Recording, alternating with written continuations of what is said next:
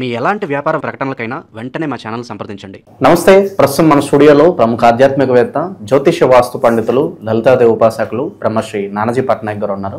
So గురుగారితో మాట్లాడేద్దాం. నమస్కారం గురుగారు. శ్రీమాత్రే నమః. సో నవంబర్ మాసం విశేషంగా వృశ్చిక రాశి వాళ్ళకి ఎలాంటి పరిస్థితులు ఎదురవబోతున్నాయి, ఎలాంటి ఫలితాలు ఎక్స్పెక్ట్ చేయొచ్చు అంటారు, ఓవరాల్గా ఎలాంటి పరిహారాలు తీసుకుంటే బాగుంటుంది? తప్పకుండా అండి. అయితే ఈ గ్రహాల యొక్క స్థితి మరియు వీళ్ళు ఎటువంటి జాగ్రత్తలు తీసుకోవాలి ఇవన్నీ చెప్తుంది నేనప్పటికీ కూడా చెప్పిస్తుంది సాక్షాత్ లలిత అమ్మవారిగా భావిస్తూ. ఫస్ట్ ఆఫ్ ఆల్ ఏంటంటే ఇక్కడ కుజుడు లగ్నంలో ఉంటున్నాడు ఈ నెలంతా కూడా. వీళ్ళకి ఎప్పుడైతే కుజుడు ఉంటున్నాడో స్ట్రాంగ్ విల్, మొండిగా నేను ఎట్లాగైనా సాధిస్తాను అనేటువంటి తత్వం వీళ్ళని వెంటాడుతూ ఉంటుంది. అట్లాగే కుజుడితో పాటు బుధుడు ఉన్నాడు.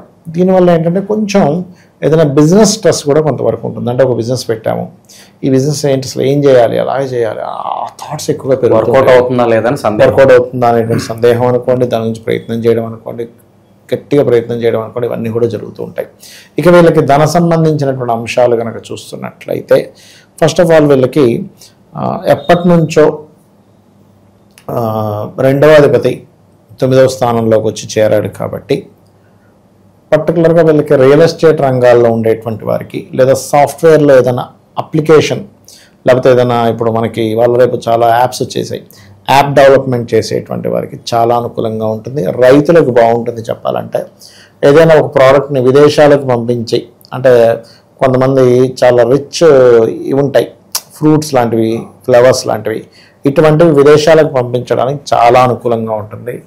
రియల్ ఎస్టేట్ రంగాల్లో ఉండేవారు, భూమిని నమ్ముకొని బ్రతికేటువంటి వారు, లేకపోతే ఏదైనా ట్రైనింగ్స్ టీచింగ్స్ ఇచ్చేటువంటి వారికి ఆన్లైన్ త్రూగా వీళ్ళకి అనుకూలమైనటువంటి వాతావరణం ఎక్కువగా ఉంటుంది. కాకపోతే ఇక్కడ కొంచెం ఏంటంటే 12వ స్థానంలో రవి ఉన్నాడు కాబట్టి, ఈ 12వ స్థానంలో రవితో పాటు శుక్రుడు కూడా వస్తున్నాడు కాబట్టి కొంచెం వివాహ జీవితాన్ని చెప్తుందండి 12వ స్థానం అనేది. కాబట్టి వివాహం విషయంలో పర్టికులర్గా ఇక్కడ ఏంటంటే గతంలో ఎవరినైతే వివాహం చేసుకుందామని ప్రయత్నం చేశారో, అది కూడా ఏంటి, ఇష్టపడి వివాహం చేసుకోవడం, ఫలానా వ్యక్తిని లవ్ చేశాము, ఆ వ్యక్తిని వివాహం చేసుకోవాలని గతంలో ఏవైతే ఆటంకాలు వచ్చాయో, ఈ 2వ తేదీ నుంచి ఒక 15 రోజుల పాటు ఆ యొక్క విషయాల్లో కొన్ని ఆటంకాలు తొలగనున్నాయి. అలాగే కొంతమంది చూడండి, గతంలో ఇద్దరికి ప్రపోజ్ చేశారంటే ఒకరు రిజెక్ట్ చేశారు, ఒకరేమో ఓకే అన్నారు అని అన్నప్పుడు రిజెక్ట్ చేసిన వాళ్ళు మళ్ళీ రావడం, ఓకే అన్న వాళ్ళు మిస్ అవ్వడం, ఇలాంటివి జరుగుతాయి. అంటే జిమ్మిక్స్ జరుగుతాయి. ఎందుకంటే ఇక్కడ సప్తమాధిపతి 1 హౌస్లోకి వచ్చేసాడు, పంచమంలో ఉండే గ్రహం వక్రిస్తుంది. అంటే అక్కడ ఏంటంటే ప్లానెట్స్ ఎలా యాక్ట్ చేస్తాయో ఆ రకంగా రిజల్ట్స్ ఉంటూ ఉంటాయి. ఆకస్మిక ధనలాభం కూడా ఏమైనా సూచిస్తుంది వస్తుందండి. అంటే ఇక్కడ ఏంటంటే ఫస్ట్ ఆఫ్ ఆల్ ఆ ధనలాభం కూడా ఎలా అంటే ఆన్లైన్ త్రూ రావడం కానీ, రియల్ ఎస్టేట్ వల్ల కానీ, ఏదైనా వాహనం వల్ల కానీ, గృహం వల్ల కానీ, విదేశాలలో ఎప్పటి నుంచో ఒక డ్రీమ్ ఉందండి నాకు ఫలానా ప్రాపర్టీ కొనుక్కోవాలని అని అనుకునేటువంటి వారికి ఈ యొక్క కాంబినేషన్ అనేటువంటిది ఇచ్చి తీరుతుంది, అందులో ఎటువంటి సందేహం లేదు. అలాగే వీళ్ళ యొక్క సంతానాన్ని కూడా విదేశాలకు పంపించాలి, ఇప్పుడు యుఎస్లో సంథింగ్ ఇబ్బంది అవుతుంది, అలాగే యూకే పంపించాలి, లండన్ పంపించాలి, లేకపోతే ఇంకెక్కడైనా ఆస్ట్రేలియా పంపించాలని మార్చుకునేటప్పుడు వీళ్ళ సంతానాన్ని విదేశాలకు పంపించడం చాలా అనుకూలంగా ఉంది చెప్పాలంటే. వీళ్ళ సంతానం ఒకటే కాకుండా వీళ్ళ సిబ్లింగ్స్ కూడా విదేశాలు వెళ్ళడానికి, ఎందుకంటే ఇక్కడ 3వ అధిపతి అయ్యాడు శని. అక్కడ 3 అంటే సిబ్లింగ్స్, 5లో ఉండే గ్రహం వక్రించినప్పుడు సంతానానికి సిబ్లింగ్కి కూడా విదేశీ యోగాన్ని ఇస్తుంది అనమాట అక్కడ. అలాగే వీళ్ళు ఎవరైనా విదేశాల్లో ఉంటూ ఇండియాలో ఉండేటువంటి వాళ్ళు రప్పించుకోవడానికి కూడా ఇక్కడ అనుకూలమైనటువంటి వాతావరణం చాలా స్పష్టంగా చూపిస్తుంది. కాకపోతే వివాహ సంబంధించిన విషయంలో కొద్దిగా స్ట్రెస్ కూడా ఉంటుంది, ఉండదని కాదు, అందులో ఎటువంటి సందేహం లేదు. అండ్ అలాగే వృశ్చికం వారికి 10వ స్థానంలో కేతువు యొక్క సంచారం ఉంది కాబట్టి కెరియర్ విషయంలో ముఖ్యంగా ప్రొఫెషన్, వీళ్ళు ఏదైతే జాబ్ చేస్తుంటారో ఆ యొక్క జాబులో కొన్ని ఆటంకాలు ఉంటాయి. కాకపోతే జాబ్లో ఎప్పటి నుంచో ఏమంటే నాకు కెరియర్ పరంగా నాకు కొంచెం ఫైనాన్షియల్గా గ్రోత్ అయితే బాగుండు అని అనుకునేటువంటి వారికి ఈ దశమాధిపతి నీచభంగ రాజయోగంలో ఉన్నందుకు కొంచెం ఫైనాన్షియల్ గ్రోత్, అలాగే కొన్ని కంపెనీల్లో చూడండి విదేశాలకు పంపిస్తుంటారు.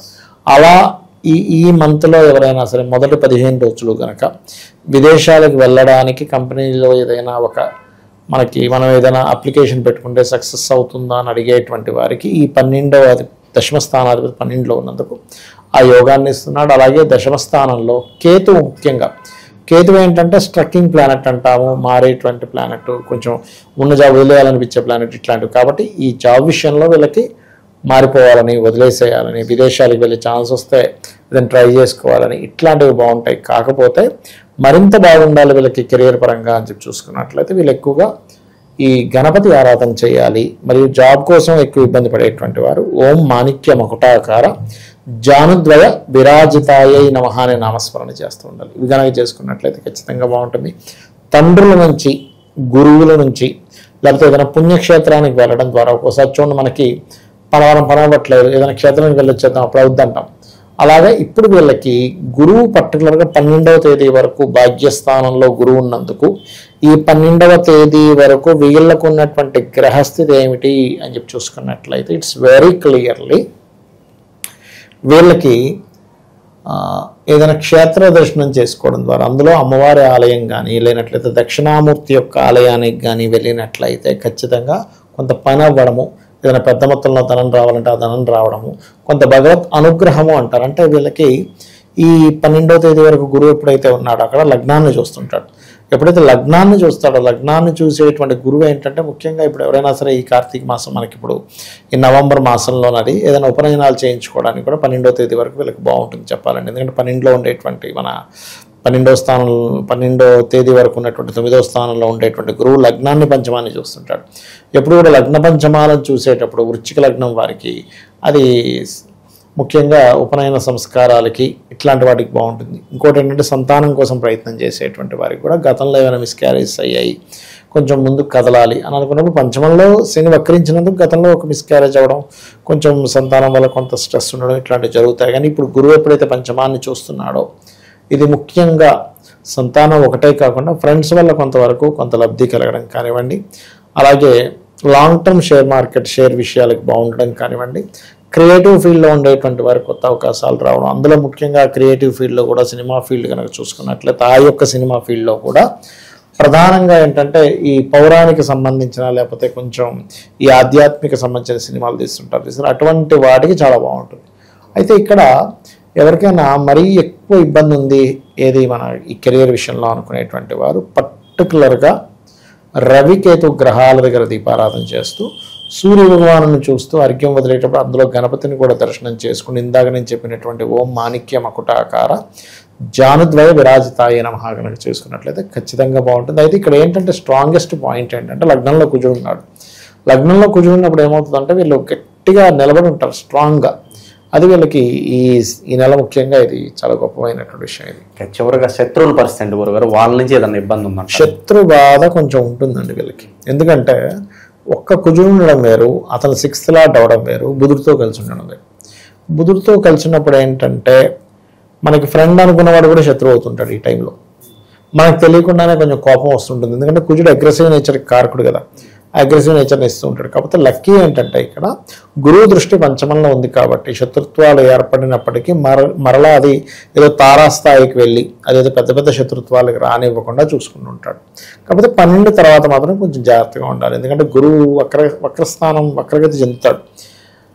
ఎప్పుడైతే వక్రగతి చెందుతాడో ఆ టైం నుంచి కొంచెం జాగ్రత్తగా ఉండాలి. సో ఎంత సంపాదించినా కూడా ధనం అసలు నిలబడట్లేదు అని అనుకున్న వాళ్ళు ఉంటారు. కాస్త ధనం నిలబడడానికి ఏదైనా రెమెడీ ఉంటుందా? అయితే వీళ్ళు ఎక్కువగా ధనానికి మాత్రం దుర్గా ఆరాధన, దత్తాత్రేయుడు ఆరాధన చేయాలండి. కాకపోతే ఏంటంటే 2వ అధిపతి భాగ్యస్థానంలో ఎగ్జాల్టెడ్ హౌస్లో ఉన్నప్పుడు మనం చూడాల్సింది ఏమిటంటే వీళ్ళు ఏదైనా కెరియర్లో ట్రైనింగ్, టీచింగ్ లేనట్లయితే కొంచెం బ్యాంకింగ్ సెక్టార్స్, కన్సల్టెన్సీ సెంటర్స్ ఇలాంటి వాటిల్లోకి వెళ్తే చాలా బాగుంటుంది వీరికి.